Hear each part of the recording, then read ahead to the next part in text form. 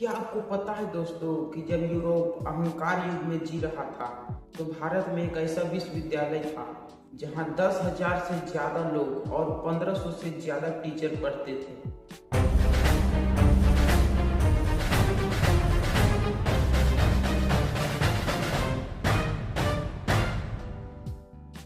जहां एशिया के 30 देशों से ज्यादा लोग यहाँ पढ़ने आते थे, जहां दुनिया की सबसे बड़ी लाइब्रेरी थी।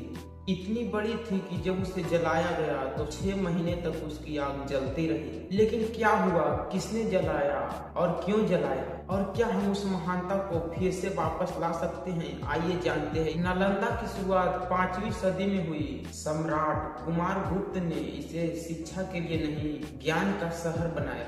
आज की कॉलेज सिर्फ 10 एकड़ में होती है, लेकिन नालंदा विश्वविद्यालय 14 हेक्टेयर में थी।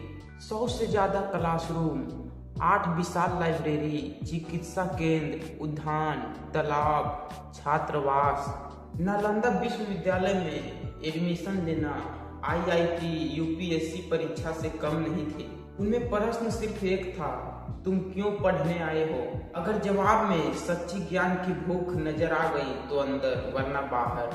यहाँ सिर्फ बौद्ध धर्म के लोग ही नहीं पढ़ते थे, बल्कि सभी विषय के लोग यहाँ आते थे पढ़ने के लिए। यहाँ के लाइब्रेरी का 3 नाम था, रत्न सागर, रत्न रंजक और रत्नोदधि। चाइना के स्कॉलर हेनसंग लिखते हैं, मैंने पूरी दुनिया देखी लेकिन नालंदा जैसे ज्ञान सागर कहीं नहीं मिले। यह लाइब्रेरी इतनी बड़ी थी कि अगर कोई इंसान रोज 10 किताब भी पढ़े तो पूरी लाइब्रेरी को पढ़ने में 250 से ज्यादा साल लग जाएंगे, क्योंकि उस समय भारत दुनिया का ब्रेन सेंटर था। उस समय यूरोप डार्क एज में था, चीन सीख रहा था और मध्य एशिया ज्ञान खोज रहा था, और नालंदा था ग्लोबल नॉलेज हब। राजनीति में अस्थिरता हुई, शिक्षा में संरक्षण कम हुआ और सैन्य सुरक्षा कम हुई। और फिर 1993 ईस्वी में तुर्की के सेनापति बख्तियार खिलजी ने नालंदा पहुंचे। यह बौद्ध और हिंदू विद्वानों को अपने धर्म का विरोधी समझा। उसने विश्वविद्यालय को जलाने का आदेश दिया और लाइब्रेरी के पंडुलियां 3 महीने तक लगातार जलती रही, जिससे कोई बुझा न सके। 3 महीने, सोचिए कितनी किताबें थी। यह हमला ज्ञान पर हमला था, यह सभ्यता के दिमाग पर हमला था। 1903 में खुदाई हुए, खंडहर मिले, लेकिन एक भी आत्मा नहीं मिले। 2014 में भारत और 16 और देश मिलकर नया नालंदा विश्वविद्यालय का निर्माण शुरू किया।